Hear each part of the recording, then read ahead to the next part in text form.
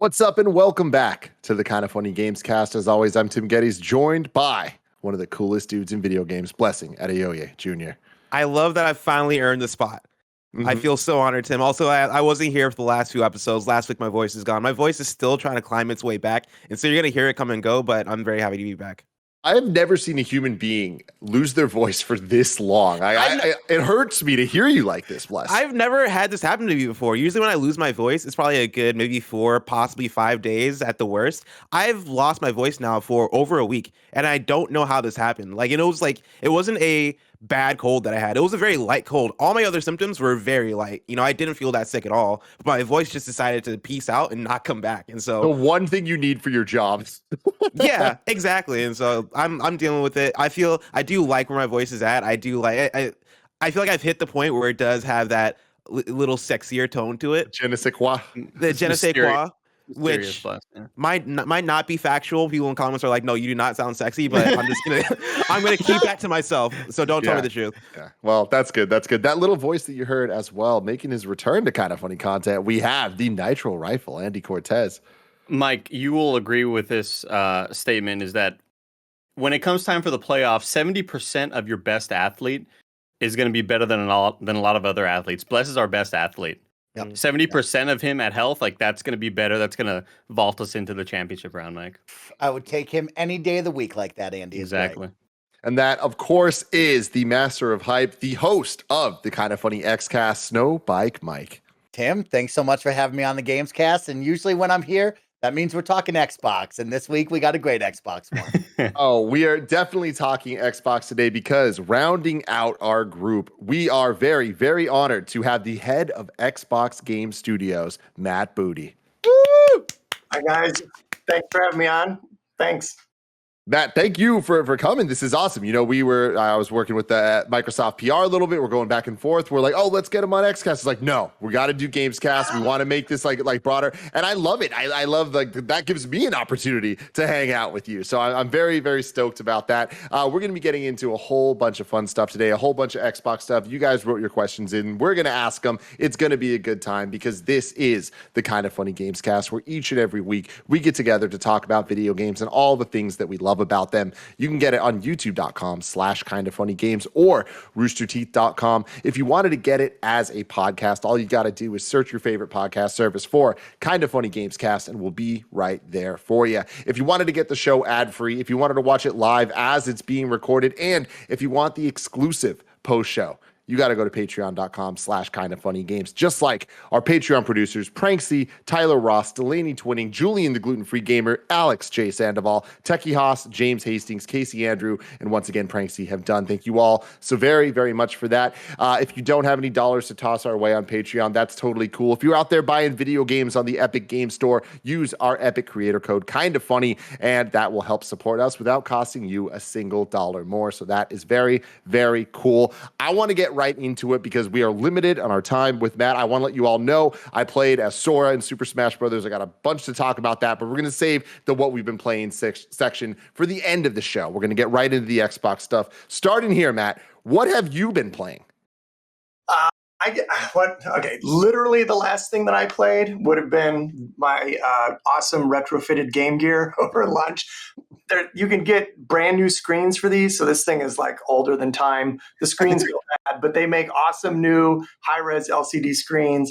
I think this is like a Tato best of, so I got Space Invaders here. So that's that. But I get asked that a lot. The reality is, if I've got time after everything going on at work and looking at all the games going on in the studios, I actually like to spend time coding. So I spend a lot of time in Unity working on my own stuff. Nothing fancy, but I like making a game end-to-end, code, music, art, the whole thing, and just keep them, staying in the craft. So if a lot of people ask, what are you playing? I'm more likely to answer, well, here's what I'm coding. And in this house, my wife spends a lot of time on the Xbox. So a lot of times at night, I'll go out there with a bowl of cereal and watch her playing whatever it is there. So that's kind of how it goes in this house. The game that you're working on, is this completely just for fun? Do you plan to release it one day? No, they're not anything that could be released. I put write-ups about them on my LinkedIn, so you can go see some of the stuff. I did one sort of over last winter, which was a multiplayer tank game because I wanted to learn about multiplayer networking in Unity. I wrote the whole networking stack kind of on top of a thing called Photon, which is pretty cool. Anybody can use it. Like I'm telling you, it's amazing. Anyone can cook. And right now I'm working on a tower defense game because I wanted to learn more about loading levels. And I started thinking, what's a game that's got a bunch of levels that I could load in? I'll make a tower defense game. So I'm working on that right now. But it's fun stuff. And you can go read a bunch about it on LinkedIn. Yeah. What kind of motivates you to be like, oh, I want to do tower defense or I want to learn multiplayer stuff? Is that influenced by the Xbox Game Studio ecosystem? Yeah, it's more like it is. I think it's a lot more just like looking around at what I don't know much about, right? Like I'll get into Unity and then you'll learn how to do this. Then I'm like, wouldn't it be cool if I could do that? And you sort of get into these corners of coding, right? And I don't know, these days, compared to when I first started making games, back in the day, I, grew up working with guys like Ed Boon. You go back to the original Mortal Kombat, it was Ed Boon wrote all the code, John Tobias did all the art. So it's like two people that made this whole game, right? And now, you get hired in, it's like you're not even a physics programmer, you're a vehicle physics programmer, which is different than a character physics programmer. And so it's just gotten so specialized. I mean, maybe for me, it's a little bit of going back to the days when you'd sit down to work on a game and you were really writing everything from the operating system to the graphics engine to the user interface to the code that would take the quarters in the old arcade games. And there's something I like about being able to just sort of roam around all that stuff. Could never do it in a real game that was going to ship, but in my own project at home I can do that. Yeah. That's awesome. And I mean, you being back at Midway back in the day with Mortal Kombat, like this week, I've seen Ed tweeting a whole bunch of videos, like kind of like behind the scenes of like the animation of like Scorpion and all that. Does that take you back? Yeah, it's I still talk to Ed occasionally, and we stay in touch, which is great. That many of us are still friends. I mean, a game that I got to work on when I was doing audio. That's what I started doing when I came out of school. I went to Midway just right out of school. We did the game Revolution X with Aerosmith.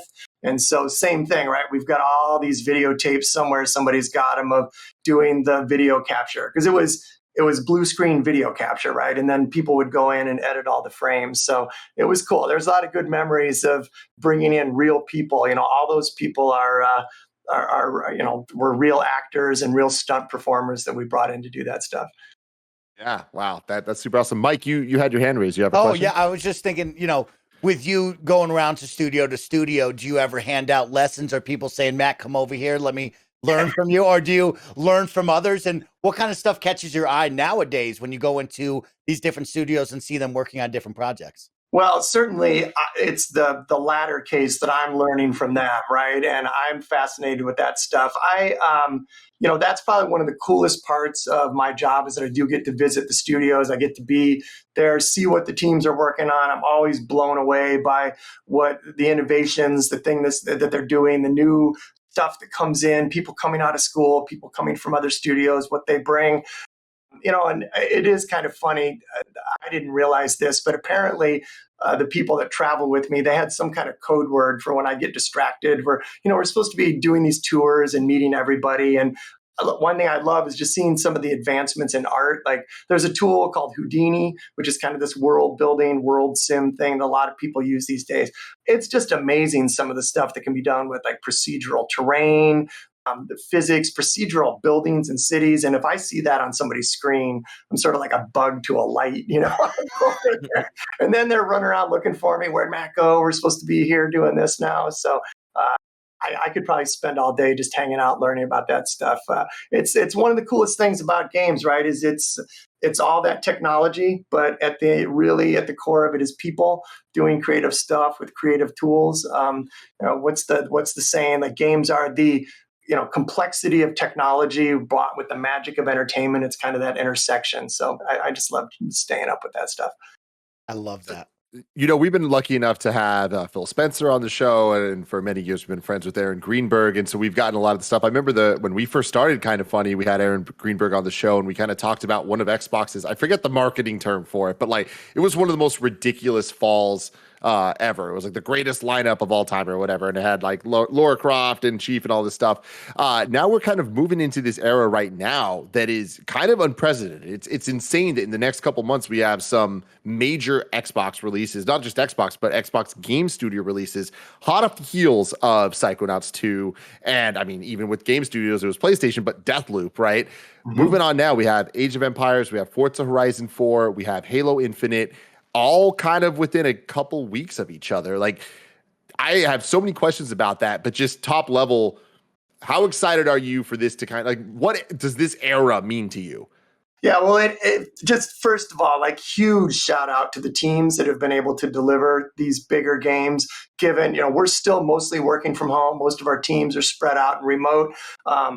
There's been a lot of really cool games made and shipped in the last 18 months, 12 months. I'll just say the bigger the game, the more difficult we found it to be. So it's just been a massive focused, dedicated effort to get games like Age, Forza, and Halo ready to go out the door for our fans. So very excited for it. It's just being in the middle of it. You work on these things for a while, right? And you're in them, and they seem, the projects take a long time these days. To get to that point where you're on the edge of being able to, release it to the fans is so cool. Earlier today, I was talking to Shannon Loftus. She leads the Age of Empires team for us. And I was telling her, like, 9 days, you're 9 days away. And she's like, I know, I can't sleep. I'm like, I'm excited. I'm terrified. I'm like, it's all of it. So it's just a great moment for studios. I think mostly it's a reflection of all the hard work by our teams. We've had some really difficult times over the last year, particularly for these bigger games. But it's kind of the culmination of what we've been trying to put together, is to really get this collection of studios that can make great content and bring it to our fans. And, it's awesome that we've got this all kind of lined up in a great period this fall. Is it hard to not look forward and look down the line? And because I got to imagine part of you wants to kind of appreciate the time you're in right now and understand that this fall is going to be a banger, right? Like this next couple quarters are going to be awesome for what Microsoft is doing. But is it hard to not look down the line and say, all right, but once that's done, we also have we have A, B, and C and D due next year or whatever. Yeah. Like, how do you sort of manage that? Coming. Yeah. It's a great question. I'll just say the studio heads, which is just a fantastic group that I get to work with, they'll give me feedback, and feedback is a gift, that, hey, you should take some time to celebrate a little bit more, because I'm like, all right, great. We're shipping Forza Horizon, Halo, and now what's going on with E3 next year? It's just easy to jump, far ahead. And I think that is part of my job, which is to be thinking down the road, right? Like, what are we going to be showing as we get into next year? What does the lineup look like? What do we have coming together? What things would we want to put more resources on? What things, what shape are they in? And, it's a balance of both. I mean, I want to be clear, like, our teams have just been working so hard to get to where we are. And as you said, it goes all the way back to Psychonauts 2, which is just fantastic to see the reception there. Such a small, concentrated, focused team at Double Fine. I think it's amazing what they're able to deliver. We brought Flight Sim over to console. We've got studios supporting Game Pass, of course, supporting xCloud. We've got just a lot going on. We've just had our Minecraft Live event over the weekend with the Caves and Cliffs update. So, like, every team has got something going on, even in addition to these big three. And so I think it's important, particularly as it lines up with the Xbox 20th anniversary, to, as you said, it's great. It's a great call out. Pause, like, to, just to kind of let this soak in and, feel good about it and celebrate. And, there's hopefully we got years and years and years of more great games lined up. Yeah. So, I mean, you kind of touch on it about, like, that's part of your job is calling and checking in. Like, you are the head of Xbox Game Studios. What is your job? Like, what are you actually doing? And I know that's such a broad question, but, like, is your job to kind of check in with the different teams and like kind of like how much is the strategy of like content roadmap and all of that? Like, what is your job? Yeah, well, first, the games and the game teams, that is all because of our studio heads, right? Like, we talk about, we've got 23 studios, but behind every one of those studios is a studio head, a leadership team. And we've talked about this a little bit before, that we're very creator-led, right? And it doesn't mean that the design lead is running the studio, but it just means that our studios are formed you could build a studio around a business approach. You could build it around a marketing approach. We build our studios around production. So when it comes to, nobody needs me playing game designer. Nobody needs me in there helping run their studio. My main job is to make sure that those studio heads have got what they need. So that is, I am their voice back to Phil's leadership team. I'm their voice back into the broader Microsoft. And really what, my job is to wake up and say, is there something in somebody's way? Like right now, what is Bonnie Ross, who's, working with her team to get Halo, is there anything that I can do to help her today to get out of the way? What is, Alan Hartman, who's working on Forza Horizon 5, like what do they need, the team at Playground? And it's really just to be of service to them, to get stuff out of the way. And there is that strategic aspect to be the person who's looking down the road. Phil and the leadership team that I get to work with do a great job about, we kind of break things down into sort of, there's, near term, some midterm, and then some longer term stuff. I mean, I was talking with our leadership team, I think it was last week. It's kind of interesting to think that at one point in time, our xCloud was one of those far off in the distance things, right? There was a time when we were just sitting around like, wouldn't it be cool if, right? I mean, there was a time when Game Pass was one of those things, and they come together, and then you got to think about what's down the road further. So that's really a lot of my day. That's why it's so special to me when I get to spend time with the studios, because that is really unique, and seeing the people, seeing the craft at work, and getting to go out to the studios. It's the thing I miss about the fact that we've been working from home, that we spend a lot of time getting to drop in and visit and see everybody. So that's the highlight, and then there's kind of all the other stuff that needs to just be taken care of. So my next question, Bless and I do Kind of Funny Games daily. We're often talking about news stories. We're talking about like games, a lot of delays, if I'm being honest, recently, which is totally understandable. I am so morbidly curious about the what could have been. When we look back at, obviously the world's in a different place now, plans are all entirely shifted, everything's out of whack. I often think about the MCU and what Kevin Feige's done with the lineup, and having to deal with things not necessarily coming out in the order that they planned and all that, and especially as of yesterday, entire slate shifted back and all that. I imagine with video games it's even more complicated than movies and TV, just because of the way they're produced. And get into as much detail as you want to here, but how different would the last 2 years have looked without the pandemic in terms of Xbox game studios? And Matt, before you get started, understand that Tim is not just curious; he's morbidly curious. I am morbidly curious about this. Morbidly, that's I'll say. I'll just go with curious. I think we would have. So a couple things. I think we got to sort out. There's a lot of things going on in the industry right now, and in addition to some of the delays that I'm going to put in the bucket of just people have had a lot of other stuff on their minds in the last 18 months, right? Just from a social point of view, a social health point of view, there's been an awful lot to think about besides just how do we get games done? Even just basic sort of day-to-day stuff, like my kids aren't in school, so they're home all day, and how am I supposed to sort of get my work done while that's going on? So I'm always trying to keep in mind that is one layer. Then there's just a layer of some things being slowed down because we've had people working from home. We're trying to adapt. But I just think there are also some trends underlying that about how people want to work, right? About some choices that they want to make, about how things get done. I think that we are perhaps maybe rethinking how we approach games. I mean, you wind the clock back. I mentioned we're on the 20th anniversary of Xbox. It used to be that a game, you'd ship it and that was it. There were no updates. There was no nothing, right? It just sort of went out the door.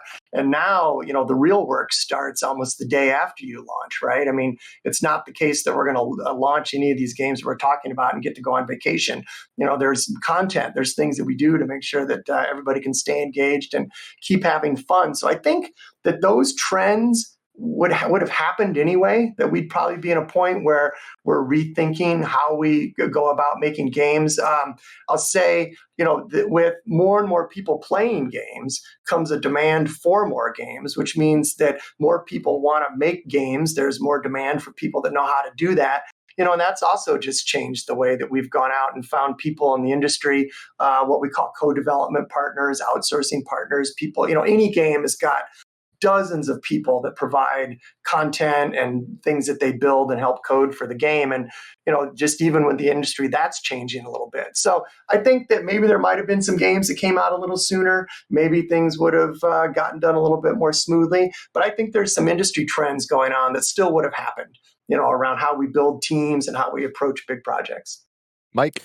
Yeah, talking about new trends and kind of evolving the industry and how we create games and how your team works, I would love to ask about collaboration. Of course, that is the word of the year with It Takes Two collaboration between your first party studios and also the big news that we heard of the initiative and Crystal Dynamics in that partnership with a third party outside studio. What's that like to you as like kind of the top of the pyramid talking with these studio heads? How does that go about and what's it like with a third party bringing in for that group? Yeah, it's a great topic to hit on. It kind of builds on what I was saying. I think we're at a point in the industry where if you've got a team like the Crystal Dynamics team that comes available, which has got great pedigree, good success, just a lot of skill, and through connections and the fact that we got Daryl Gallagher at the initiative who knows some folks there, and they become available. Back to sort of what's one of my jobs day to day, it would just be. I'd be remiss to say, well, like, we got to find a way to make this work, right? We've got a team that's got experience building the kind of thing that we're building, who's worked with some of the people that's now available. It was not a standard situation because they're not usually out billing themselves as sort of a co-development studio like many places are. But we found a way to make it work. And I think it was through some of the personal connections that we've got. So I'm excited about it, just in terms of what it adds onto the team that we've already got there at the initiative. And again, just it's too precious of a resource right now in the industry to not jump on that. And, we can figure out some way to get a contract done or whatever we got to do. And in terms of the teams working together, that's a place where I think the technology is evolving, right? Like, how do we review builds? How do we play games remotely? How do we look at 4K art and as crisp and as uncompressed as we can? How do people just pass a controller around? You can't, we don't have people in the same room here play this. No, do you see like this doesn't feel right? Like, that's a little harder, but I think it's pushing the technology. And there's definitely times when it's a pain in the rear. We're kind of having to do stuff that feels unnatural. But one thing I'm really excited about is that it opens us up to bring more voices into games, right? Like, game development, game production is definitely centered around pockets, at least in the US and even in the UK. And if we've got tools where it doesn't matter where you live, it doesn't matter what your background is, and you can join a game team, I'm just excited about being able to find new talent in places where we haven't looked, people that haven't had access because of a personal network to getting into a game studio. That is exciting to me, like bringing new voices, new skill, new talent in. And I think that's kind of the gold at the end of the rainbow that doesn't feel so much like a rainbow sometimes right now, but I think that it's a definite positive for us. One more follow up to that. What is it like with working with outside studios? What's your involvement with, like, let's say, Contraband and Avalanche Game Studios? What is that like for you, where it's not really under the umbrella, but of course we're partnering with that team on the Xbox side? What's that like for your role? Yeah, just because we're at this 20th anniversary, maybe I've been spending a little too much time lately kind of thinking back, like, what was it like 20 years ago, 10 years ago? And, those publishing relationships 10, 15 years ago, you maybe had a small team that was would work with a studio like that. But today, our games are integrated so tightly with the platforms, right? Like, how is this game going to interact with Game Pass and the audience there? What does it mean to make a game ready to go out on xCloud? What does it mean for a game to be able to play well? We still have a lot of people playing on Xbox One. Like, how do we make sure we're ready for that? So the integration there is a lot tighter. So we've just got bigger teams. We work more closely with them, and we again come at it from a point of service of how do we set them up. With a game like Age of Empires, the game was developed by Relic up in Vancouver, but we've got a full team here in Redmond that works very closely back and forth with them. And I think that's the norm. I think you could look at just about any big game in development right now, and it's going to be rare to find that everybody working on that game is sitting in one building. It's going to be distributed, and it's going to have a lot of different people working on it. You mentioning looking back, obviously it is Xbox's 20th anniversary as of today, as of the day of recording. You guys just announced that on November 15th there will be a fun look back at Xbox's history and all that. You've been with Xbox Game Studios for a while now. Looking at all of that, like what are some highlights for you of like key moments in the Xbox Game Studios history that you think kind of are some of the most important pillars? And then really that's just context for, do you think we're going to have any of those moments in the next year or two? Yeah, that's a good one. You know, I think the biggest thing for me going back 10 years is just think about how far we've come as an industry. And I look at that in a couple, a few different layers. I think first, we have been on a 10-year journey to try to bring more people into Xbox, to bring more people into gaming. And when you think about all the work, there's no one thing that I think you could point to. I think it's the aggregate, the accumulation of what does it mean to create a welcoming social network, a community that wants to invite people into Xbox, and what is all the work that goes on behind the scenes to make sure that we create a place that's fun, that's safe, that both parents can be on, but they can also create a situation where with parental controls, their kids feel safe to play, right? Like that's been such a journey for us to go from kind of just the gamer to the world, right? We really want to open up gaming to as many people as possible. I think another thing that we've been on a real deliberate journey with, and there's just some great milestones, is just what do our teams look like, right? Like we build games for everybody on the planet to play. The people that make our games should look like the people who play our games. And we've made progress. We got a lot of work left to do there, but like the voices and the faces and the people that are involved with making games should reflect the same awesome mix of people that we've got out in the world that are playing games. And I feel much better about where we are today than where we were 10 years ago. Certainly better than when I started making games like a long, long time ago. And that's a big one. I think another thing is that we've set ourselves up to be able to grow with bringing in more studios and having them feel comfortable that they're not going to lose their identity. The Minecraft acquisition and working with Mojang, I learned so much from working with Mojang about what's important about a studio culture and how much it really plays through. I like to say that when you play a game, the fingerprint of every person that worked on the game somewhere is in those pixels, right? It comes through. And I just learned so much about what's important to preserve there. So those are big ones. And obviously, along the way, there's been just great game launches and the new things created like Sea of Thieves. And, here we are at, the anniversary of Halo even, right? So new things, old things, it all comes together. Coming off of the Sea of Thieves thing, right? It was recently reported that I believe the numbers for Sea of Thieves are around 25 million, which is super impressive and that's super awesome. Does that make you guys go, we want to see more Sea of Thieves, like in terms of the type of game that it is? Because I know Xbox Game Studios, in terms of the catalog, is very diverse, right? You got your Forzas, you have your Halos, you have your Gears, you have so many different types of games. Does Sea of Thieves success motivate you to want to chase after that type of game, that type of experience for the audience?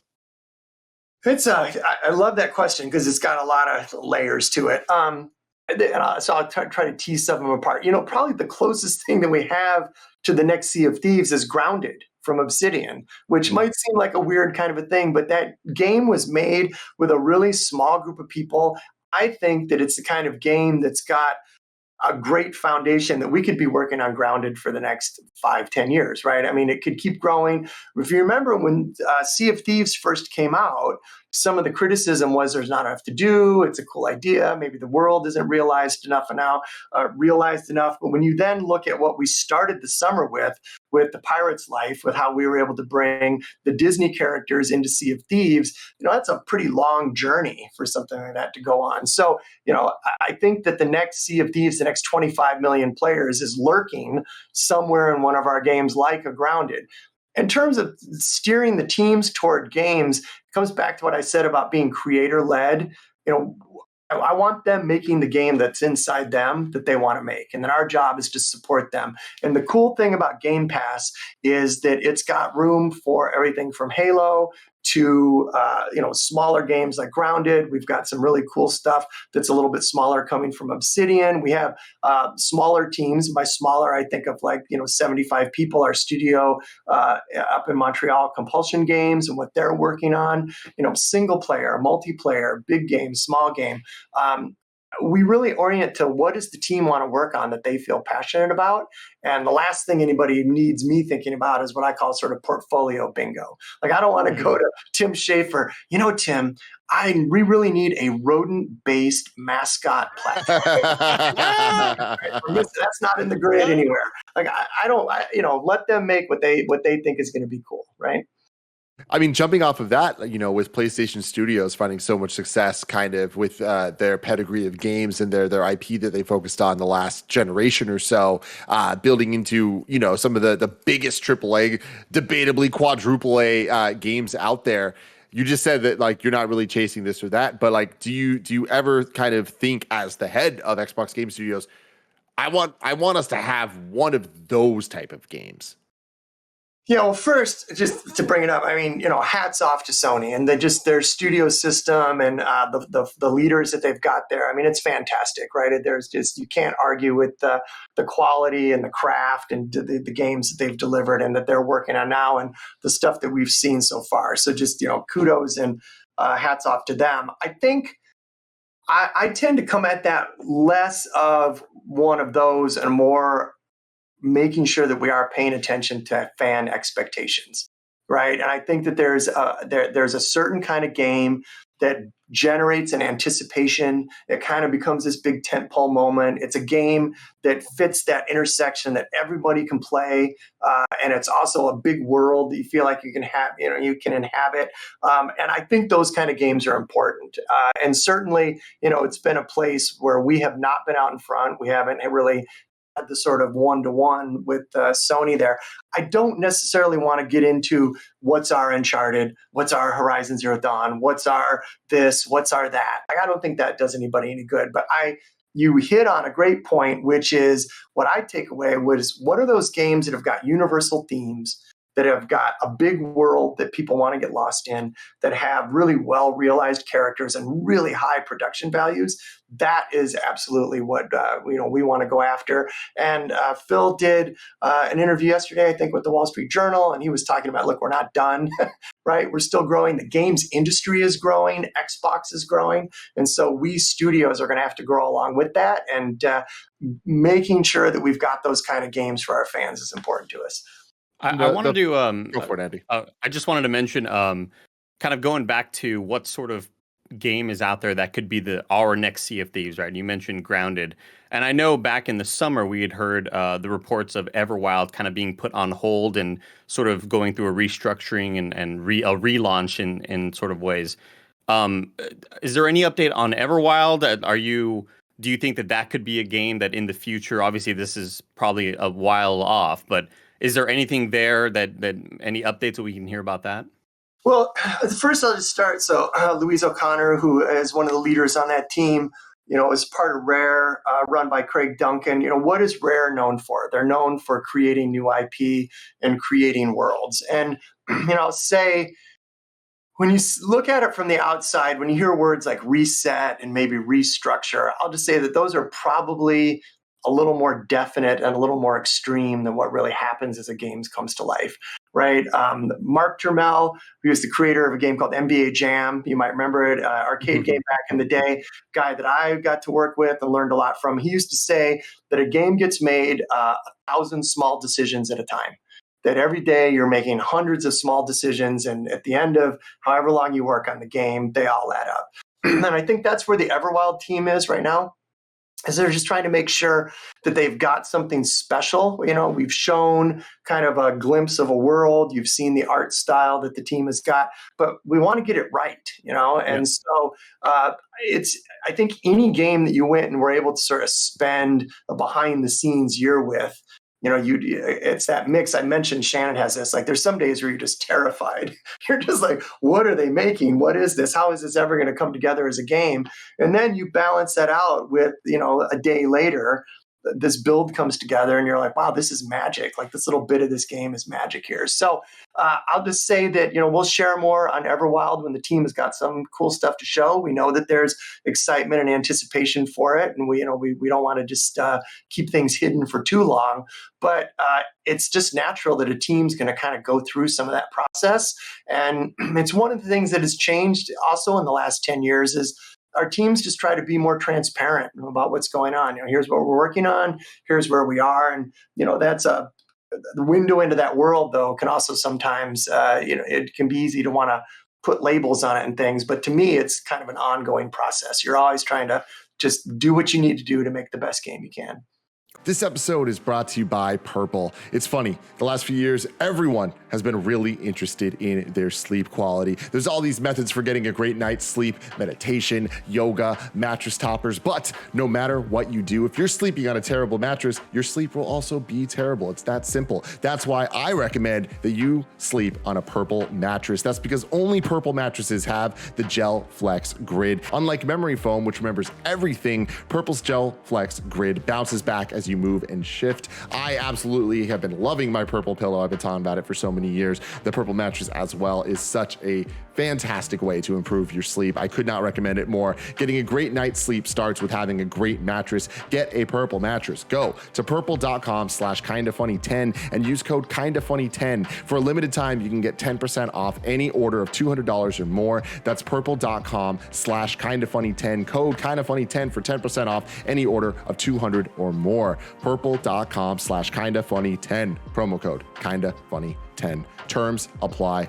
Next up, of course, I want to give a shout out to HelloFresh. Meal planning and going to the grocery store is so 2019. Get rid of those to-do list items with HelloFresh. They're here to keep you stocked, chopped, and fully brocked. Oh, I love that. They're talking about broccoli. HelloFresh delivers pre-measured ingredients and mouth-watering recipes directly to you. And we're talking fresh, going from the farm to your door within a week. They've got options like quick and easy meals, low prep, one pan, and 10 to 15 minute meals, which Cool Greg has been loving absolutely. So you can cut down the time you spend on cooking and cleanup that you can get back to your family sooner. Plus, HelloFresh offers fantastic variety with over 50 menu and market items to choose from every week, including vegetarian, calorie smart, and even gourmet options. Recently, Kevin was telling me about this fried rice that him and Paula made. It sounded fantastic. You can go to HelloFresh.com/KFGames14 and use the code KFGames14 for up to 14 free meals, including free shipping. That's up to 14 free meals free, including free shipping at HelloFresh.com/KFGames14 with the code KFGames14.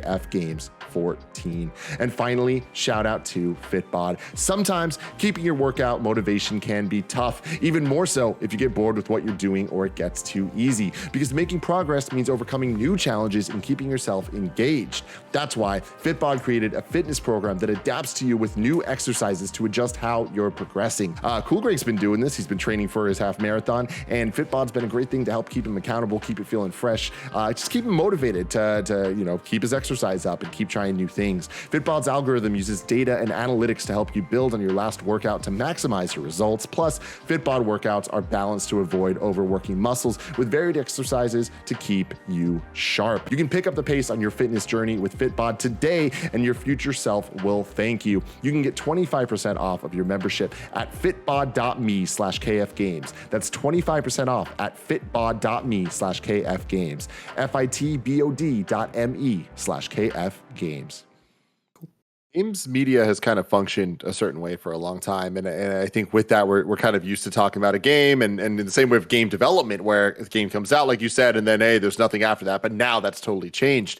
And so the way we talk about successes or failures or whatever kind of has ebbed and flowed. And, Bless bringing up Sea of Thieves, 25 million players now. Like, that was a game that 10 years ago we would have talked about as a failure. Oh, it came out, people played it for a little bit and then never played it again. But then there was this quiet. And then all of a sudden, a year later, we're all talking like, whoa, here's this news story. This is insane. Internally with Xbox Game Studios, are there any crazy success stories like that, even on a smaller scale, that you're surprised people aren't talking about, even though that's the reality, that maybe internally you guys are all like, yo, we have something here, and like games media just doesn't get it?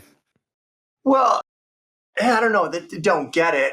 It's a great thing. What's the quote? I'm sure, who knows who said it first, but it's you can work for years to be an overnight success, right? And, there's definitely something to that. I mean, just even something like Minecraft Dungeons, which is an offshoot from Minecraft. I don't think people realize like how many people are playing that, how big it is, right? And it validates this idea that the Minecraft world is big enough. We've done some experiments with trying to offshoot from Minecraft, and some haven't really gotten traction. But Minecraft Dungeons is really kind of becoming a whole game unto itself, right? And back to the question that you asked about, what do I do in my job? I think that's one of the places that I can be helpful to the studios, which is trying to be a little bit of a shield for some of that tension. Because it happens internally. Hey, we launched Sea of Thieves. We gave it a shot. We're 3 months in. Is this thing really going anywhere? Should we put the team on something else? And I wish that I could say that there's some kind of recipe or wisdom to it, but it's just a gut of the team believes that they've got something. I see something. Like, what can we do to try to buy this team more time? And it's not that we want to, chase after things. We've had some games, that come out that don't quite hit, and then the team says, "Look, we don't see a path here. It's not coming together. Let's get that team working on something else," right? And we want to make sure that we're being honest with ourselves about that. But you don't want to. I think it's important now to stick with things and see where they go. One of the So- things Go for that I it, like Gus. that you mentioned before was about Rare and talking about that. Rare is known for new IPs. That is where they shine. And that's something I love because Rare historically is one of my favorite studios. And I never put that together that, the reason why I love them so much is that because they have done so many different projects that have all been new and fresh and awesome. For you, when you look through Xbox game studios, is there one studio in particular that sticks out to you in terms of a studio that you're excited about to put out a new project? And that could be on any level, right? That could be on Halo Infinite being the biggest game of the fall, or it could be on, people don't expect what Redfall is going to be or whatever it may be.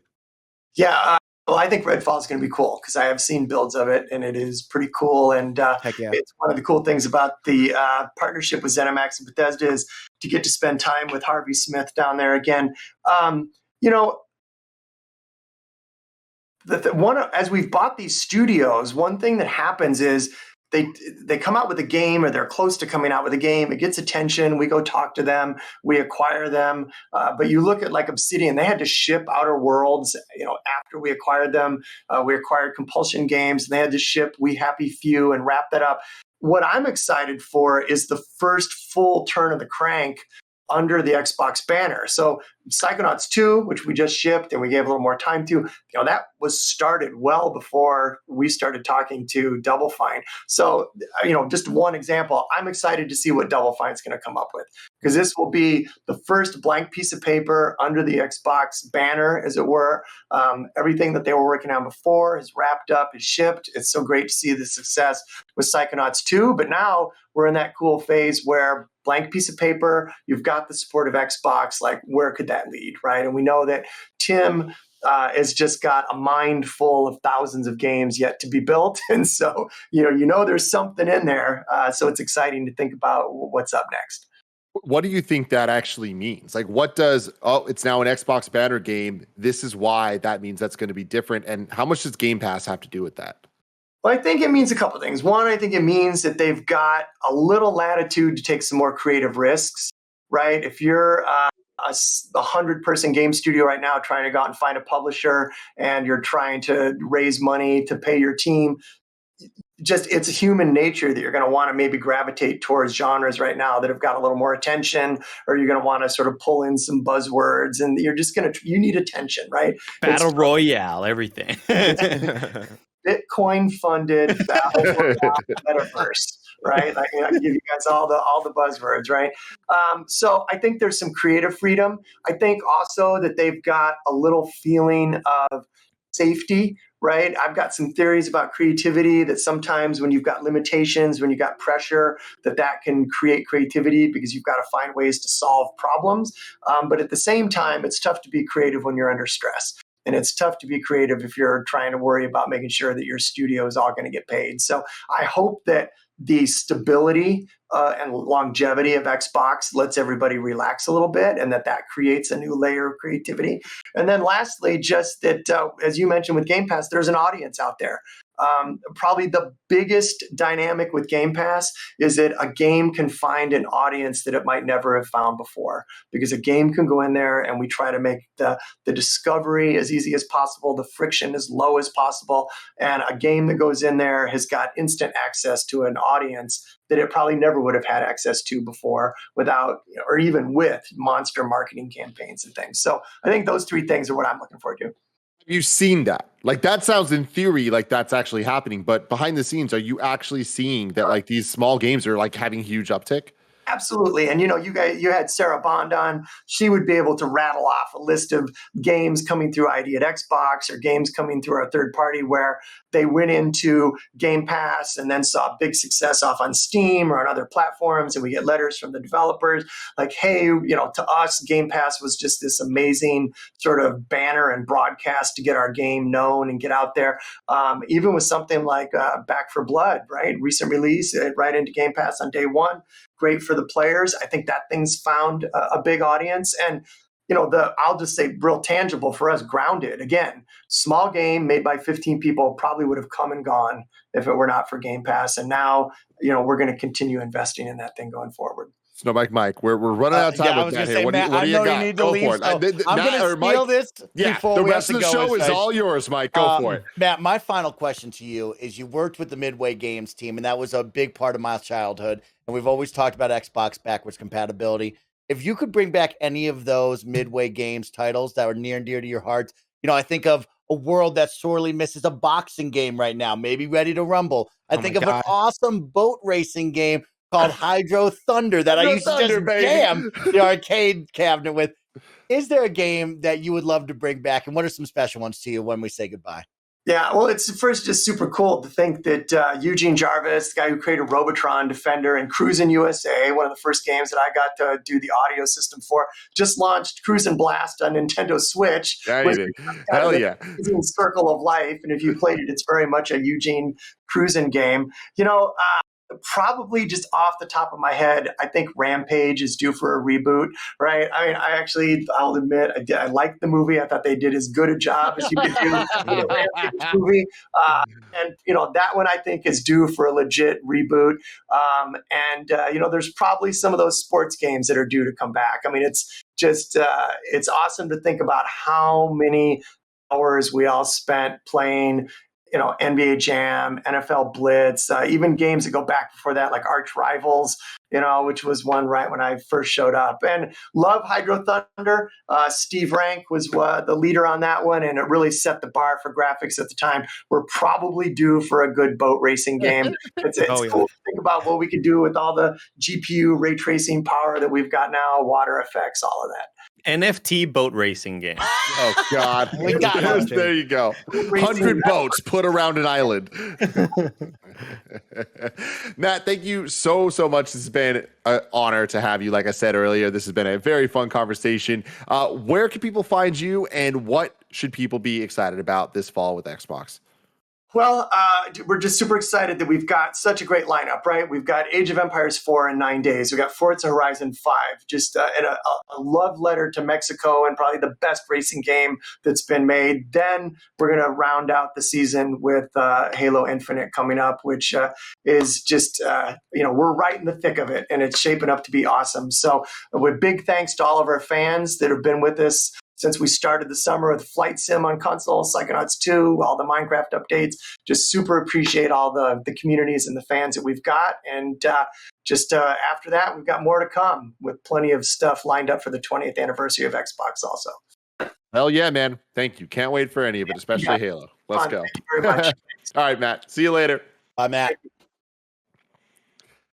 What a fun time, boys. That's cool, that's right? Just us hanging out with the head of Xbox Game Studios. No big deal. Mike, what were you looking for? I was looking for my copy of Rampage because I was going to say, Matt Booty, please sign my copy. I knew that you were looking for Midway Rampage. games. When you started looking, I was like, he's looking for a copy of Rampage. I was really hoping you were going for the Ready to Rumble box. I thought he was going Hydro Thunder, because the Hydro Thunder on N64 was a blast. That's hella funny, dude. That was really awesome. Shout out to Jeff and Matt for taking the time. And for you, Tim, for inviting me on to be a part of that and us to all share that awesome moment. That was really, really cool. Yeah, that was super awesome. Like, that was awesome. As somebody who's deeply entrenched in the PlayStation ecosystem, I love Xbox so much. Like, it's all like actually talking to them, and the same thing with the Phil Spencer interview that we did a little bit ago. It's always so cool and fun to like hear them talk and hear them actually talk in a way that's very open and frank and like give actual real answers to shit that we ask. So like not like PlayStation. We don't get to talk to PlayStation is my problem. I'm sure who's talking to us? No one's talking to us. I'm sure they're open and frank, but like, let me talk to you, Jim. Just let me talk to you, Let me Jimmy. talk to you. Yeah. So we still got some time here. I want to hang out with you guys, talk about what games you all been playing and all of that stuff. Real quick, I know we've talked to Metroid Dread to Metroid Dead, as they say. But Bless, you recently beat it. I want to get your thoughts because it's definitely a game that I think a lot of people are surprised by. Yeah, it's one that I was excited for this is a big Nintendo game coming out this year, and I'm going into it. I was going into Metroid Dread as somebody who typically doesn't get sucked into Metroid games. You know, I've tried out the original Metroid, I tried out Super, and I've tried out Prime, and usually I get a little bit into them and I fall off pretty quickly just because historically I just don't think those are my type of games. But Metroid Dread was one where I was like, I want to try this out. One, because there's this excitement of, hey, this is the Nintendo game. And then also coming off of reviews, I was like, oh, I definitely got to check this out. People are absolutely loving this game. And so going into it, I had an interesting story arc with Metroid Dread where in the first half, I want to say, I actually wasn't enjoying myself as much. And I think that comes from multiple things. I think part of it was I wasn't expecting how difficult the game was. I didn't realize that Metroid Dread was going to be one of the harder games this year. And that ended up being like a love-hate sort of thing later on because I ended up really loving the bosses, and the bosses were definitely the most difficult part of the game. But the other thing was there are so many Metroid elements that this game, I think, stays true to, but in ways that for me don't strike me as modern game design in the ways that like the big thing, and this is of course like a back and forth argument that I've had with people on Twitter, and I totally understand the fact that this is Metroid. The invisible, or not the invisible walls, the destructible walls are a thing that I just was not able to get past in the first half of it. And I think the big part of that for me has been the fact that I would often come across the breakable walls and go, and not realize they're breakable and go, okay, this must be where I backtrack. This must be where I had to go back and figure out how to use my ability that I just got elsewhere in the map. And I would do that and then get lost and then not remember where I was. And I wish the game, at the very least, either did a good job of pointing you in the right direction when you do decide to go off and explore, or, you know, made those breakable walls or those moments a little bit more telegraphed, because you know they give you an ability, and spoilers for Metroid, you get abilities. They give you an ability to highlight where the breakable walls are, and they give you that like probably about halfway through the game. Once I got that ability, I was having a great time with Metroid Dread. I didn't realize that was the specific thing that was holding me back the whole time, is the fact that there wasn't any sort of telegraphing for where those things were. And so I would get lost, not figure out where I'm supposed to go, look up a guide and go, oh, I blew up this wall, but I didn't blow up this other wall that drained the rest of the water. You know, stuff like that was really getting me in that first half. By the time I started to get into the second half and had way more abilities and started to get a feel for the controls a bit more, even though the controls at the end of it never really fully sat with me either. By the time I did start getting used to that stuff, I actually started to really love the game, specifically in those boss fight moments. I think the game does such an excellent job of introducing boss fights where at first blush they feel like they're the most impossible thing ever, and then you start to get a feel for, oh, how am I supposed to dodge this thing? Oh, okay, no, there's a small opening here. Oh, they must want me to do this, and then you try and you're like, okay, they definitely want me to do this. Okay, I'm getting better and better at it as I go, and then you get to phase 2, and then you get to phase 3, and there's something about that process that I really love in a boss battle that feels half or maybe like a third solving a puzzle, and then the other 2/3 actually executing and actually taking this thing out. I love that, and I think Metroid Dread does that masterfully. And by the time I got into that final boss fight might be one of my favorite boss fights I've done in years, at the very least, if not like ever. I love that Metroid final boss, and that was one that was frustrating me for hours on end by the time I got to it on Sunday. It probably took me about 3 hours, I imagine, to beat that final boss. And by the time I actually got there, it felt like nothing I'd felt before, right? Like it just felt great to be able to take that boss out and have that experience. And so like overall, I ended up really digging the game at the end of it. But there are things here and there where I'm like, man, I understand that this is the franchise. I understand that Metroid is getting lost, and Metroid is the breakable walls, and Metroid is all these things, but I don't maybe part of it is that's not for me, and I think the other part of it is like I played other Metroidvanias that do that stuff a little bit better, or at least telegraph where you're going a little bit better. I think of something like Ori that divides its map into zones to where you're not really going to backtrack all the way, to the other side of the map to get an ability that you're going to use all the way elsewhere. Usually things are a bit more truncated to kind of help you out with that kind of thing. I wish Metroid would take cues from that and a few other Metroidvanias, but overall, I still had a really good time with it.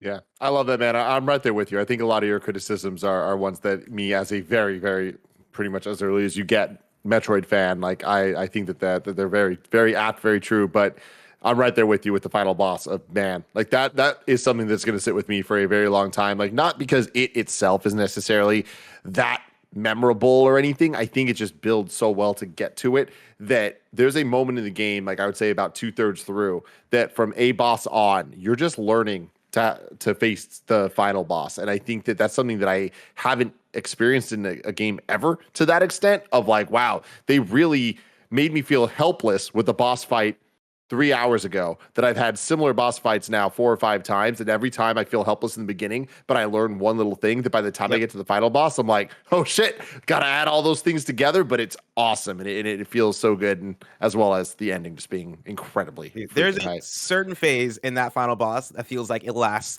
forever. Forever. And I have so much respect for the designers of that boss fight specifically going, hey, we're not going to let the player skirt by this boss. You're not going to win this accidentally. You're not going to stumble into beating this boss. You're going to get an A+ on this test and nothing less. Because if you don't know how to dodge each of their moves perfectly, then you're just not going to get past it. And like that is my favorite thing about Metroid Dread is like it is unrelenting in that stuff in its boss fights. And like that for me by the end of it just was so satisfying to actually get and nail down and go through that phase for like 4 minutes straight and go, when the fuck is this going to end? And then finally getting through and then getting my ass kicked in the next phase and then having to do it all over again. That was fun. That was so special. I loved it. It's a game that I love despite all of the issues I have with it. Yeah. And like the last night was just me and Janet and arguing with Jeff Grubb about the jumping and how I hate the jumping in this game. Oh, I hate it too. And he's an old man stuck in his ways, Andy. I think don't argue with old men like Jeff Grubb on Twitter, you know. I think it's so archaic, and it needs to be the standardized way of jumping that any other game has ever had. You tap A to jump, you tap A to hit the double jump, and you shouldn't have to be hitting right or left to do it because that's just how double jumping works, you know. But in this game, you hit A, and then if you're not moving laterally, you hit B, whatever the fuck we're calling it in these days. You hit jump again, and then you turn into ball form. And the amount of times that I've died because of that, and just I'm just so wired with any other game and how double jumps have worked since the beginning of my video game playing days. I found that very, very frustrating. Along with some of what Bless was mentioning with the breakable walls, and I ended up I think I'm pretty close to the end. I ended up stumbling upon the item that lets you see secrets and see what areas are breakable, because there is an item like that I thought I would have gotten it after the game ended, but then I ended up kind of just exploring a bit and a very risky exploration because I don't know how the fuck I'm supposed to get back to where I'm supposed to be. And I don't, that's another kind of annoying thing is that I love Hollow Knight for the amount of fast travel. And it's not even that it's insanely convenient. There are many times in Shovel Knight or in Hollow Knight where like, God damn, the fast travel point is way the fuck over there. Let me make this trek. It's going to take me about, 5 to 10 minutes just to get over to that spot. And that's fine. I just like the ability to be able to fast travel to wherever I want, as opposed to this goes to here, this goes to here, teleportation here, ride the tram to that place. That's the stuff that that has been a little bit frustrating for me, but I still think it's really smart in that I feel like I'm constantly still discovering things, even if I'm going to a spot that I didn't really want to go to. And I realize, oh shit, I have this other ability that I haven't got back to over here yet. And you end up finding 10 missiles or whatever. Yeah, I have a lot of issues with this game, and I still think it's really damn good. Yeah, like I honestly, I felt like so many aspects of the game made me, or it felt like they wanted me to hate the game, honestly. And but despite that, I ended up really digging in the end. But I feel like what it needs is a kind of meeting in the middle where, I don't think a waypoint isn't the answer, because that would defeat the whole purpose of Metroid. It being this game where you get lost and have to figure out like what is the next thing I'm supposed to do. I wish there was this is where on the map the last major event happened. So that way, if I do decide, oh, I'm gonna backtrack, or I'm gonna explore, or I'm gonna go far off and get lost and want to figure out my main path later, I don't feel like then I'm like, oh shit, what was the main path? Like, where do I need to I'll go read the back to? Adam logs, and I'll see what the last thing Adam told me, and usually it does a decent enough job. Ooh, I should have done that. And it's mostly me looking to see what Adam last said and what place he told me to go. Catalina wine mix or whatever the fuck. Like, let me go over there. Yeah. Let me go explore that area, because apparently that obviously has some meaning, and that's where the fire and lava is powering the blah blah blah or whatever. I just think it needs to be modernized by like 5 to 10%. You fucking nailed. Honestly, yeah, 7% modernization, it would make it a debatably 10 out of 10 experience. But yeah, there's just certain things like, yeah, even with what we're talking about like, Bless talking about like the waypoints and stuff, of maybe that'd be too much. Like, just making the map a little bit easier to follow and understand, of like where you've been, where you're trying to go. So like messy. There's just so many elements, and like that's classic Metroid. But I think that classic Metroid evolved in so many ways in this game, in terms of just mobility of Samus, and I'd like to see that a little bit more with the map stuff. I do think, Andy, to your point about the fast travel, I like how it's done in this game, because I think the level design is extremely concise, where I never felt, when you're looking at the map, it might seem super far away. You can still get there in a minute and a half, especially as you start powering up. And I actually found traversal of the map a lot more fun than I found it in Ori, where there were multiple times in Ori, which I fucking love. Yeah. But there were multiple times where I was like, oh, fuck, I need to get there. I just don't want to do that. Like, I have to, but I don't want to. Whereas in Metroid, I had that moment looking at the map, and then I quickly learned, oh, it's never that bad. Like, you're just going to be going through, and like there's always, you're getting more missiles, you're getting your stuff, and like there is so many things to find in the game that I was always kind of rewarded for not even going out of my way, going in my way, even though I didn't want to go in my way to begin with. But yeah, that's I'm very happy that you guys feel this way about the game, because it makes me feel not crazy. Because I'm just like, I am a Nintendo fanboy, I am a Metroid fanboy, but I'm still playing this and I'm like, why does the jump feel like this? Like, I know it did, I understand why it does. I don't like it. And like, I like that you guys are kind of in the same place as me, because every once in a while I feel like I'm just insane. I thought I was insane a little bit. Like last week I tweeted out, I was like, man, like shout out to like the reviewers who played this without a guide, because I'm getting so lost. And I had so many people that are like, have you not played Metroid before? And I'm like, I played Metroidvanias, and like I've played a little bit of various Metroid games. I understand what Metroid's supposed to be, but like you can't tell me that like this is perfect. This is great, and now that I finished it, I'm like, okay, I see where they're going with this thing. But yeah, there's like that 6 to 7% right there that of modernization that I think would make this thing pristine in a way that I'm looking forward to the next. What's the name of the studio? Mercury Steam. I'm looking forward to the next Mercury Steam Metroid. Like, I really hope they get another shot, because I think they've captured something here. This is so fun. They better add at least like, or we better evolve to grow 7 more fingers, or they add 8 more buttons. Because goddamn, like that was the other thing I was gonna say, dude. And I don't want to give any spoilers for like Final Boss or whatever, but like, man, that Final Boss really tests you on how well you know all the different things. How well have you memorized all of the button inputs that you have to figure out? Inputs, which by the end of the game, and I guess this comes back to modernization. Would a weapon wheel be bad for this game because I'm like, dude, y'all could have put in a weapon wheel in this thing and helped me out a lot. Because I don't know about weapon wheel, but I do think that like at the very least they should have had customizable buttons because that would have went a long way for me. They should have been able to map things so that it's just one button instead of multiple button inputs. Like they should give you that flexibility because there are so many different abilities that not everyone's going to use equally. So allow me to replace one of the face buttons with something I'm going to be using constantly. Like that. It would my gosh, these back it so buttons, much. My LBs and my LZs and all in R and RZs, those get so much work in this game. So much work. And in the final boss, there was a phase in there where like you kind of have to do some counter shit, and I missed my counter like 3 times in a row because my brain was just going through so many things of figuring out like, all right, no, is he gonna do this? Oh no, he's probably gonna do this. Oh fuck, what is the button to like counter again? Oh shit. And I was hollering by the time I actually beat the boss, and like I wish I should have saved my gameplay. It was tense. It was epic. But it was cool because of that too. The last couple of Emmy fights encounters were just maddening.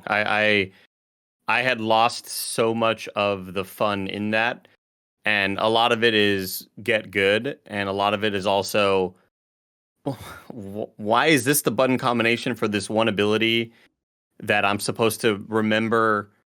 And it's not something. It's something that I've done 5 other times in my however many hours with the game, but for some reason, like I don't know why it makes 0 sense to do I forget what Omega Blast. Omega Blast. Yeah. I honestly, Andy, I don't think you were on the show with me. I forget what show it was, but like that just shouldn't be a thing in this game. Why is it? It's unnecessary. It's another set of button combinations for something that only happens a handful of times. And I'm right there with you. It's confusing. It's not the end of the world, but it's a detraction from the experience for sure. Like, just let me have some charge beams. Let me just shoot this thing normally. Yeah, especially when you have finally figured out kind of the right routes to take in order to get enough charge in there. And it takes like again, it's just you're holding down 3 buttons, but they are so rarely used that it's kind of hard for me to remember and to get to that point and be like, I gotta fucking do all this again. Like I'm like the last few Emmy encounters where I thought just extremely unfun, and even when I did it, I felt no sense of like hell yeah. I was just like fucking thank God I'm done with this bullshit. Like I just take me to the parts where I'm dying because I'm getting outskilled by, you know, I missed that one jump and damn, I should have hit that. And like, though I'd rather die there. I have fun with that. I feel like I'm getting better. The Emmy encounters just felt like a chore that, again, I said this on the last podcast, Mike, how Madden or in NFL Blitz, you could just hit A to hit a field goal. Yes. And you just move on. Like, let's just pretend I killed the Emmy. I don't want to fucking do this. It's 0 fun. To add on top of that, because I think it's either 1 or 2 encounters with the Emmys of just like the underwater encounters with some of the Emmys. Just like to add under the 6-7%, we gotta leave underwater level design behind and like how those physics work, because it's never fun. And I know that like there are Metroid fans that have like responded to me of like, no, there's a point for that, and I've gotten to that point where it's like it's no longer a problem to be underwater, but like all that does is remind me of for like throughout the rest of the game of like how much shit it feels like to control any character underwater with underwater physics, and it's dumb, and we just need to leave it behind in all video games. No more water in the future. Barrett is here with water. No water. No. Dude, too slow. Way too for a game that like where you constantly want to feel like the movement and the momentum. It becomes way too slow underwater, and it's maddening. So here's my thing. I would rather the limited underwater stuff in this game than even more rooms that you open. It's like, oh, it's too cold, or oh, it's too hot. Yeah. I don't got my jacket on.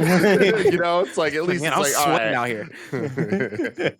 I can't wait for Metroid Prime. Like I already couldn't wait for it because those games seem really cool. But like now that I play Metroid Dread, I'm like, dude, I want to play the trilogy. Like, give me that. Why haven't we gotten that yet? But also, yeah, I can't wait for the future of that because that's really cool. Two things there, man. Playing through Metroid Dread on the Switch, both in the OLED handheld and then just on TV the entire time, I was like, holy crap, I can't believe a Metroid game looks this good. I can't believe that it is this cinematic and epic, and holy fuck, this is what I've always envisioned this being, kind of. almost. Why the fuck does Nintendo not just have better tech? Like imagining this with like a PS5 or an Xbox Series X is like, it pains me. But even then it's like, okay, Prime though, holy shit, man. Like this in 3D, this type of design and understanding of like the Metroid gameplay applied to 3D in a modern age with the amount of updates that we've seen Dread have compared to Fusion and prior.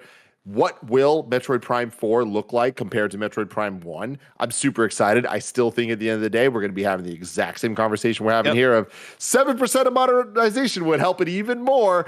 But I'm excited and I'll take it. And I hope it actually comes out at some point. Yeah. Again, I just want to reiterate for the people that are eventually going to come for our throats. This is still a very, very good game. Like, it's okay to have criticism about something you love, and this game I think would probably be my game of the year if it didn't have those smaller issues, and maybe if I cared about the story a little bit more. But like, I didn't care about the story. I still think like mechanically, this game is so damn fun, and I love Samus, and again, as somebody who I played the Metroid Prime games at cousins' houses on their GameCubes, and I played old Metroid games when I was a kid and have no recollection of any of them. I have loved my time with this game overall, and I think it's definitely like a top 10 for me. Can't believe we hate this game. Can't believe we all hate this game. It sucks. Yeah, a funny thing. This game's shit. A funny thing about the story stuff is I actually think that the story is worse for you guys that are not Metroid like fans because you think it's more than it actually is. It is so bare bones. It is so limited. Like even if you knew honestly. everything about the other games, it's like it's not like I'm reacting. Like I think this game was incredible story wise for what it did. The choices it's made. There's a couple of moments like fuck, this is so hype. But like I could probably get you to that level in 5 sentences to get there. You know what I mean? But like, I just think going into it, they present these things as if they're like these like, holy shit, I wish I knew all this lore from the last 10 games. It's like, yeah, that lore is, it's not much. It just kind of is what it is. It's just kind of cool, like without spoiling. I'm not gonna lie. I assumed that I was jumping into the third Mass Effect game. I was like, there must have been so many epic stories before this because this seems like they're trying to do a lot here. And I mean, for me. like honestly, it's like, and this is spoilers for fucking 20-year-old games. I'm not spoiling Dread at all, but it's like really in Metroid 2, there's this baby Metroid that you save. It's the last Metroid, and then in Super Metroid, it starts. The last Metroid is in captivity, and it's Samus trying to like take that Metroid on. It's those little elements that like they even tell you in like the previously on in this, like there is nothing else you really need to know. And it's just kind of like the hype of it all as it happens and the moments and like the things that you can kind of fill in as when certain things happen in this game. You're like, okay, that's cool as fuck. But anyways, any closing thoughts on Metroid Dread? Glad I played it. I feel like we've talked about this like so many times. 10 million It's like- fucking times. Yeah. It's great. Hey, It's a good ass game. No, here's the thing. I feel like it's a game we're talking about a lot because there's a lot to talk about. There's a lot of criticism to be had, Andy. I think you nailed it. It is such a fantastic game, but like it is not perfect. And I love that it can mean equal things to someone like me that loves the franchise and someone like y'all that want to love the franchise, want to know, but this is your first entry. And the fact that both of us have very similar criticism, I think goes a long way to explain what this game is. Oh yeah, the obsession of sci-fi and bounty hunters and Samus looking so dope and unlocking different color schemes of costumes and wishing that I had a cooler color scheme when I had the red one because that shit looks old, like old color scheme old, and then you get the final one's like, god damn, dude, this is fucking fire right now, man. I'm starting to realize that like the thing I just love about this game is mainly the boss fights because for me it is Samus just beating ass in this game is the coolest shit ever. Like when you finish a boss fight and she like finishes them off, or like you have a random cutscene where she treats aliens like they're just whatever. Coolest shit ever. She is so cool, effortlessly. You know what the coolest shit ever is, guys? To end the show, I want to talk about one game. I teased it earlier. No. That was Barrett got them in earlier. Sora is in Super Oh, Smash Jesus. Brothers. I can't fucking believe it. It's here. This morning, downloaded the final Super Smash Brothers Ultimate Update, version 13. The final spirits are here. Sora is here. The new stage is here. The new music, all of that stuff. I played through the classic mode. I played an hour of just Sora in general, got some thoughts on it. I just can't believe this is fucking real. Bless, did you get any time with Sora at all? No, not yet. I cannot wait. We have a stream that we're gonna do on Thursday, I believe, between me and Mike. That we're gonna do the Sora Smash stream, and I cannot wait to get my hands on him. I'm very, very excited. Dude, just to let you know, it is not necessarily what you expect it to be, but it totally is if you have the right mindset. Sora plays very similarly to the way Sora plays in Kingdom Hearts, where it He's is floaty. floaty as fuck. So it's Mewtwo, but yeah, I know. So wrap your head around it. Wrap your head around it. That It makes is sense. more a sword fighter Mewtwo, where it is very floaty. It is a lot about stay out of the air unless you know exactly what you're doing. When we watched the reveal of it, I was getting a lot of Bayonetta vibes, mainly based on the right B move of a lot of chain combos and stuff. And it is less Bayonetta and more Mewtwo for sure. Having said that, Sora is awesome. There's a lot of really cool, unique, gimmicky things, just like a lot of the DLC characters have had, where it's like, cool, let's take the Smash formula and add something different. With Sora, he has the different elemental abilities, where here you see he's using Faraga, and then it changes to Thundaga. Every time you like stop hitting B, it'll switch automatically to the next one through Thundaga, Blizzaga, and Faraga. But what's cool with them is it kind of like keeps you on your toes of thinking about like what the best strategy is to move forward. And what's really cool with Sora is, unlike most characters, he can actually do a move after his up B. You know how normal Smash characters, you up B and you kind of just like float down, you're fucked. You can't do most moves, but you can go from an up B to a right B. So that's fucked up. his getting back to his stage ability is fucking insane. I mean, yeah, we just saw it right now. It looked like he should have failed at least 3 times. Yeah, it is crazy, man. Like there's a lot of movement ability for sure, but it's very easily telegraphed. So that's the thing that I think there's a good balance there. And his on the ground moves, they're cool. His smashes are fine. A lot of just normal, what you'd expect from an up smash, down smash, like that type of stuff.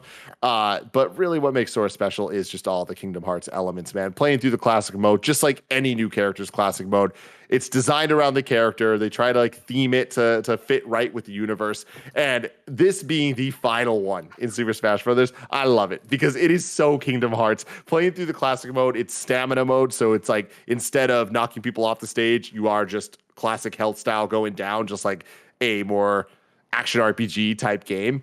And the dumb gimmicky things they do of like, to make it seem like Sora's facing off against the Heartless, where like one of the matches will be you versus a horde of Mr. Game & Watches. Yep.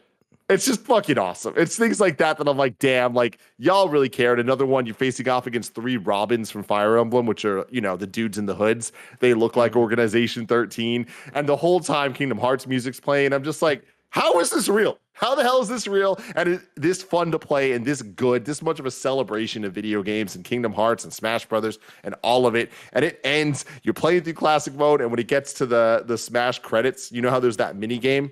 Yeah. Where you're like shooting all the names coming down. The gummy ship music's playing from Kingdom Hearts, and it's like you're in a fucking gummy ship, and all of a sudden I'm 12 years old again playing Kingdom Hearts 1. It's fucking fantastic, everybody. Let's go.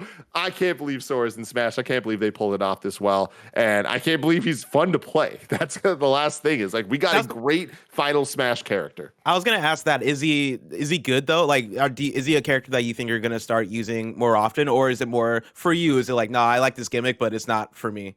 Gimmick's not for me. I'm not a floaty guy. I'm way more, I like heavier characters. But it is one of those characters that I want to learn to be good enough at, that when I play random and I get him, I'm like, okay, cool. Not like, fuck. Because there are characters where you're like, oh, shit. I'm always turned off by like the changing between the 3 elements sort of thing. Like, I wish they were just sort of I wish the fire was just like the forward smash and the thunder was the down smash. Like, I wish they were just kind of dedicated moves or whatever. But the idea of switching between powers, the same with a lot of the other characters that have those gimmicks built into them, I've always just been kind of turned off by them, because I don't really I don't know. It feels weird. It feels weird. Yeah, I'm with you, and it adds a element of kind of understanding and forethought or foresight that's not necessarily like the most fun when it comes to Smash Brothers, and you normally don't really have that time to like think about what you want to do. This reminds me of like Brawl with Pokemon Trainer, where after a certain amount of time you would have to switch the other characters, and that fucking sucked. I'm so happy in Ultimate they got rid of that idea. You could just play as whichever Pokemon you want as long as you want.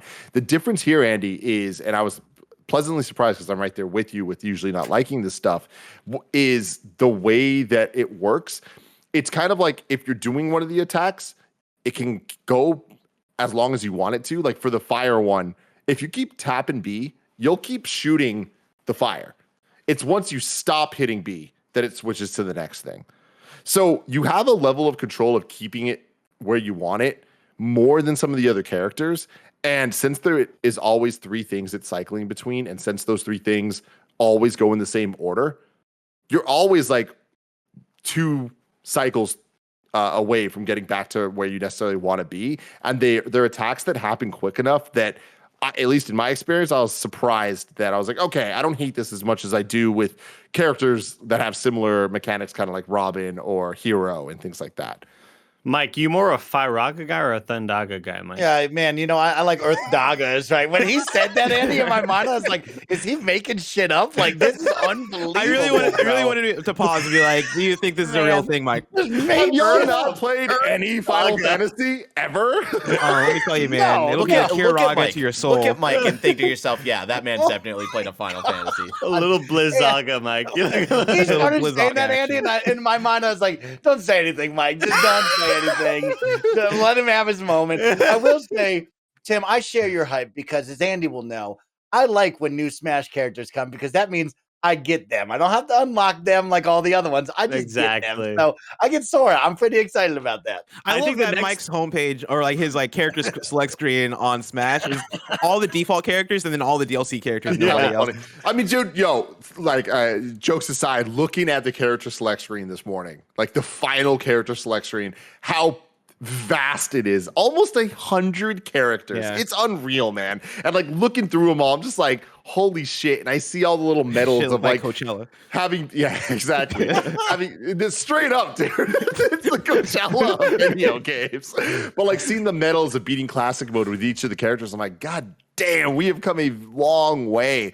And for Sora to be the last one is really cool. And they did such a good job with it. The playing through classic mode, like I was saying, it has all these like Kingdom Hearts ass moments. But at some point, you get to a level or one of the levels where you're on the Kingdom Hearts level, and it's the beginning of Kingdom Hearts with like the church-esque, what are they even called? The paintings that are like the glass paintings. glass stained? Like the stained glass. glass. Yeah. And I'm just like, chills head to toe. Like, what the fuck? Kingdom Hearts music's playing. We're fighting on this. I'm Sora fighting another Sora. This is just so perfect, so great. The one thing that I think is kind of interesting that I think a lot of people are going to experience as well in this week is playing Metroid Dread and then playing this game back to back. Throws you the fuck off because the jump button and just the way you control the games look very similar. They do not control similar at all. So it took me a moment to be like, oh no, I'm back to playing Smash. Like that's crazy. And then even playing Sora, earlier I was saying like it plays like Sora in Kingdom Hearts, and it very much does in terms of his jumps and moves and floatiness, but it doesn't in terms of attacks, where Kingdom Hearts is a lot about less precise strikes and more like It's like you're swinging your almost. sword, and there's like, it's juggling. There's a lot of enemies around you, area of attack type stuff. And with this, there are moments where like you're hidden. It's way more Smash than you expect Sora to be, where the attacks are directional, and you're used to seeing Sora attack from the front, but it's also hitting someone behind you. It ain't doing that here. So that required a little bit of mental blockage for me to get over. I'm trying to look at my notes here to see if I have anything else to say. Oh, the last thing. This is the nerdiest thing, Mike. I gotta fucking do it just for you, though. when he holds a sword or an item that is like a sword. You know how a lot of the characters already have a sword, so when they hold another sword, it's kind of goofy looking. He goes into his Valor form, dual holding stance, and I'm like, that is such a that's little so detail cool. that is so unnecessary, but so fucking cool. That, and also, unlike most other characters in Smash, like when you're looking at the character select screen, there's and you're like, let's say you choose like Mario, right? You're going through all the different costumes. Mario doesn't change, but his costume changes. There's rare exception like Wario when he changes from his classic Wario outfit to his WarioWare outfit, where like he has a different pose. Sora has a different pose for every single thing because No it's way. like his pose from Kingdom Hearts 1, his pose from Kingdom Hearts 2, his Steamboat Willie pose. And I'm like, it's these dumb little things that make me just smile. And like they just fucking care so goddamn much. So Everybody's mad Awesome. that they didn't add Waluigi. I think the campaign we really need to push for is let Mike pay for all the characters. just do it. Just do it. Tim, you need to call up Mr. Nintendo right now and tell him I got the $1 million idea. Unbelievable. I don't Unbelievable. want to play the game to unlock the characters Wanna for a play game the that I'm game? never gonna play. Let me pay. And with that, everybody, thank you so much for joining us for this kind of funny Gamescast. What an amazing one. Hey, share this with all your friends. Share this with your people. Go post this on Reset Era. Let's get it out there. We had Matt Booty. It was fantastic. After that, we had a lot of fun together talking about video games, talking about Nintendo games, which makes me makes me very happy. Not a lot of happy. I don't know what the fuck I'm doing. It's been a long day, Morbidly everybody. happy, Tim. Morbidly Morbidly happy. happy, yo. Morbidly happy. Hey, thanks for calling me out, okay? Shit happens, everyone. Till next time, I love you all. Bye.